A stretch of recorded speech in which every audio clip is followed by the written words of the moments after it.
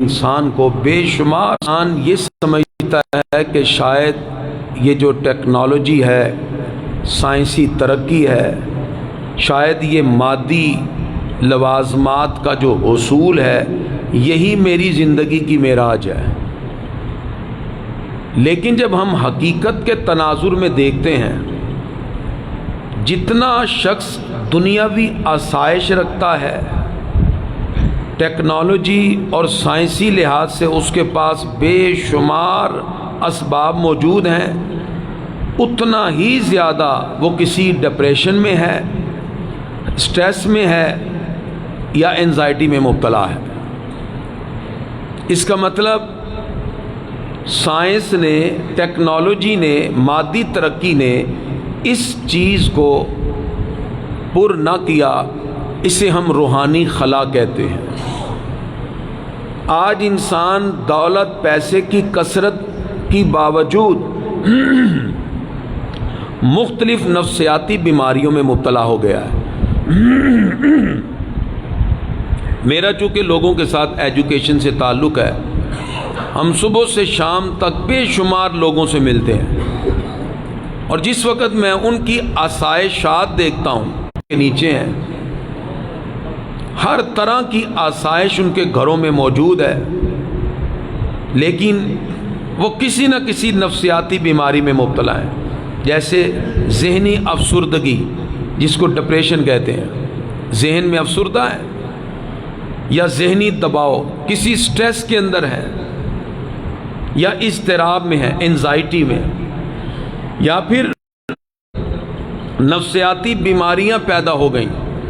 اب چند لمحے جب وہ ہمارے پاس بیٹھتے ہیں، یقین کریں وہ کہتے ہیں کریمی صاحب یہ باتیں ہمیں سناتے جائیں، بڑا مزہ آ رہا ہے۔ کیوں؟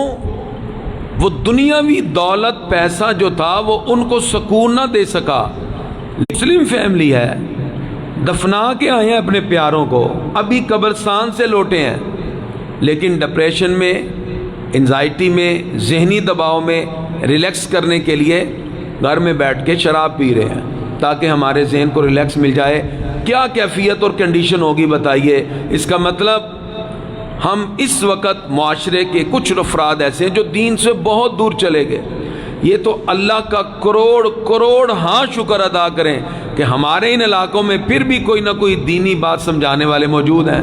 ہمارے ہاں تربیتی دروس کا سلسلہ جاری ہے، وگرنہ آپ سوسائٹیز میں چلے جائیں، وہاں تو بہت دور تک معاملات چلے گئے۔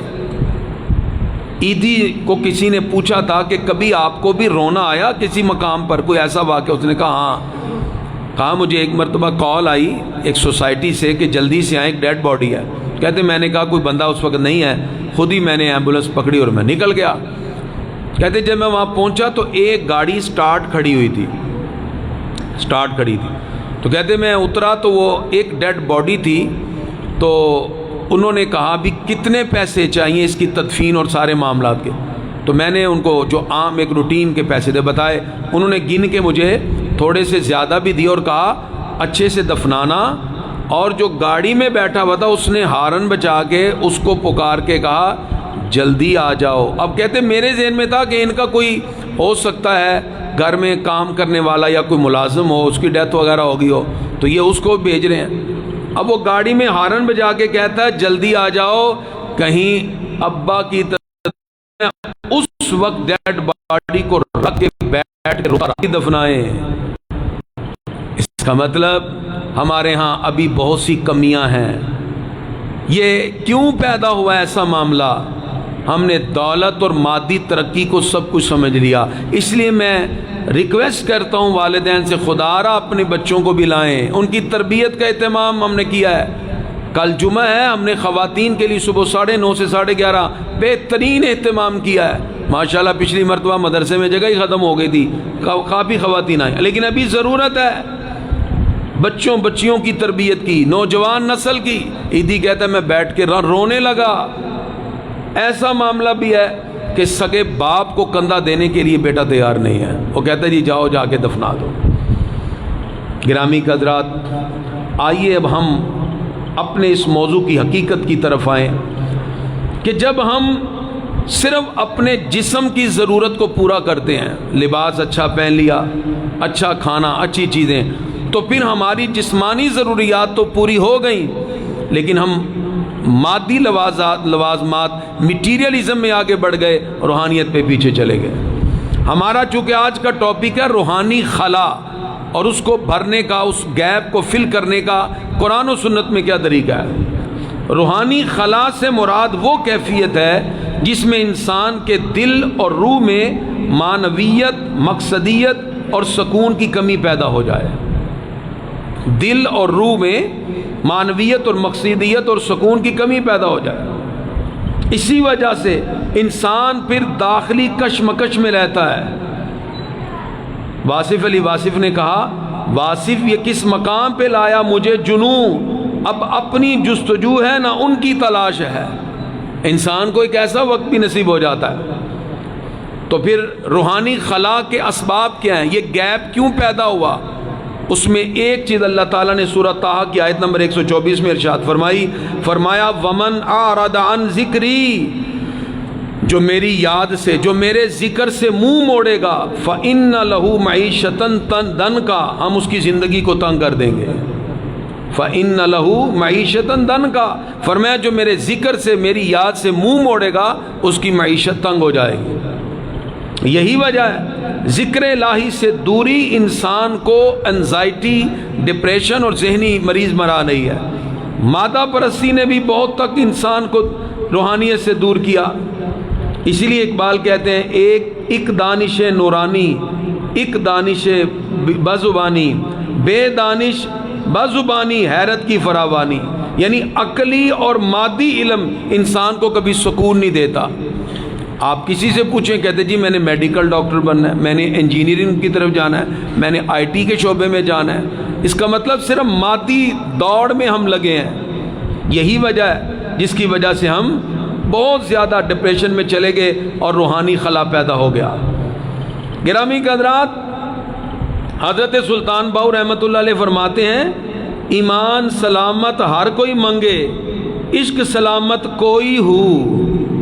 ہر بندہ کہہ رہا نا، ایمان سلامت ہر کوئی منگے، عشق سلامت کوئی ہو، منگن ایمان شرماون عشقوں، دل نو غیرت ہوئی ہو۔ مطلب یہ کہ ہم کہتے ہیں یا اللہ ایمان کی دولت عطا فرما، یہ ایمان میں جب تک تڑپ پیدا نہیں ہوگی، عشق پیدا نہیں ہوگا، اس وقت تک آپ کو اس کی لذت کا ادراک نہیں ہوگا، وگرنہ ظاہری طور پہ اعمال ہے۔ اس لیے اللہ تعالیٰ نے قرآن مجید فرقان حمید کے اندر متعدد مقام پر مضبوط ایمان کے بارے میں بات کی۔ اب اس کا حل کیا ہے؟ یہ جتنی پرابلم، اس کا حل کیا ہے؟ سب سے پہلے اپنے ایمان میں مضبوطی پیدا کریں۔ ایمان میں مضبوطی پیدا کرنے کے ساتھ عبادت اور رزق اور بندگی کے درجے میں آ جائیں۔ کسی نیک بندے کی صحبت کو اختیار ضرور کریں جہاں سے کچھ نہ کچھ روحانی سوغات ملے۔ خدمت خلق کا نتیجہ آپ کے اندر خوبصورت انسان جھلکنا شروع ہو جائے گا۔ روحانی خلا دراصل انسان اور خدا کے درمیان فاصلے کا نتیجہ ہے، کیونکہ یہاں حکم آ گیا، حدیث میں بھی موجود ہے، قرآن پاک کی آیت کا مفہوم ہے، فرمایا جو میرے ذکر سے، میری یاد سے غافل ہوگا، اللہ تعالیٰ فرماتا ہے ہم اس کو بلا دیں گے، ہم بھی اس سے غافل ہو جائیں گے۔ جو بندہ رب کے ذکر سے غافل ہو جائے۔ میں نے ایک دن لیکچر ڈیلیور کرتے ہوئے یہ بات کہی کہ میں بتا سکتا ہوں کہ آپ کا اللہ کی بارگاہ میں کیا مقام ہے۔ تو مجھے کچھ افراد نے کہا کہ آپ بتا سکتے ہیں کہ میرا اللہ کی بارگاہ میں کیا مقام ہے؟ کہ ہاں، یہ کون سا مشکل ہے؟ کہتے ہیں آپ کیسے بتا سکتے ہیں؟ میں کہا سورہ البقرہ قرآن پاک پڑھیے، اس کی ایک آیت کا مفہوم ہے، جو بندہ یہ جاننا چاہے کہ اس کا اللہ کی بارگاہ میں کیا مقام ہے، پہلے اپنے دل میں دیکھے اس کے دل میں رب کا کیا مقام ہے۔ جو اس نے اپنے دل میں اللہ کو جگہ دی ہے، اللہ نے بھی اپنی بارگاہ میں اس کو وہی جگہ دی ہوئی ہے۔ ہمارے دلوں میں اللہ تعالیٰ کا کیا مقام ہے، یہ ہم خود غور کریں۔ ہماری تو حالت یہی ہے نا کہ ہم تو 10 منٹ بیٹھنے کے لیے اللہ اس کے رسول کی رضا کے لیے راضی نہیں، ہمیں تو نیند میں غلبہ ہے۔ نفس کہتا اٹھ یہاں سے، ادھر بیٹھ گیا تو تجھے اس نے جکڑ لینا ہے، نفس گھماتا ہے، کبھی بھی نہیں آپ کو دینی محفل میں بیٹھنے دے گا، اٹھا دے گا، بگا دے گا۔ کیوں؟ نفس ہی کی تو علائش ہے جو انسان کو اتنی زیادہ پریشانی میں مبتلا کر کے رکھی ہوئی ہے۔ یہ نفس جس دن کنٹرول ہو گیا، روح آپ کی ڈومینیٹ ہو جائے گی، اللہ کے قرب میں پہنچ جائے گی۔ تو لہٰذا ہمیں قرآن و سنت، سلف صالحین اور صوفیہ کے ان معمولات کی طرف غور کرنا چاہیے۔ ہمارے ایک عالم دین ہے سیالکوٹ کے، انہوں نے یہ بات بتائی کہ ان کے ایک دوست تھے، کہتے ہیں وہ ماشاءاللہ اللہ نے بڑا دولت، پیسہ، مادی لوازمات دیے ہوتے، کہتے سردیوں کا موسم تھا، ان کی ڈیتھ ہو گئی، تو کہتے میں اب گیا ان کے گھر میں، تو انہوں نے کہا جی ہمارے ابا جی کی وصیت تھی کہ آپ انہیں غسل دیں۔ کہتے چلو ٹھیک ہے، ہمارے ویسے بھی کہتے نمازی بھی تھے، دوست بھی تھے۔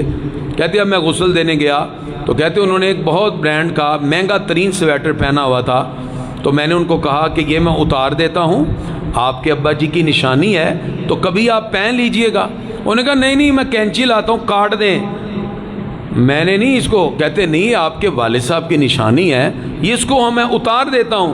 وہ کہنے لگا ان میں اپنے مردہ ڈیڈ باڈی کا بھی میں سویٹر پہنوں؟ باپ کی بات کر رہی ہے۔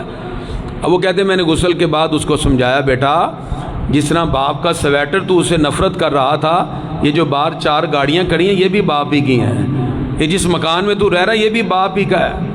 مطلب یہ کہ ہمیں وہ اس انداز میں اولادوں کو تربیت ہی ہم نے نہ دی، تو جو پہلے باپ ہے اب اس کو مردہ کہہ رہا ہے، اور کہہ رہا ہے میں اس مردے دا سویٹر پاواں۔ مطلب چھوٹی سوچ، چھوٹی بات، چھوٹی مینٹیلٹی، تربیت نہ ہونے کی وجہ سے یہ سارے معاملات ہیں۔ ہم سب کوشش کریں، اگر ہمارا یہ کوشش کا سلسلہ جاری رہا، آج نہیں تو کل انشاءاللہ کہیں نہ کہیں انسان کے دل میں کوئی ایک بات جہاں گزین ہو جائے تو انسان کے لیے مثبت راہیں کھل جاتی ہیں۔ اللہ تعالیٰ آج کے اس پرفتن دور میں ڈپریشن، جو ذہنی تناؤ، انزائٹی اور بہت سے معاملات کی وجہ سے انسان جو حقیقت سے دور ہو چکا ہے، اللہ تعالیٰ ہم سب کو ان تمام معاملات سے بچتے ہوئے اللہ اور بندے کے درمیان جو خلا اور گیپ ہے اس کو فل کرتے ہوئے اپنے رب کی بارگاہ کا قرب اختیار کرنے کی توفیق عطا فرمائے۔ میرے ہاتھ میں تھا جب تک میرے مصطفیٰ کا دامن، میرے پاؤں چومتی تھی یہی گردش زمان، یا نبی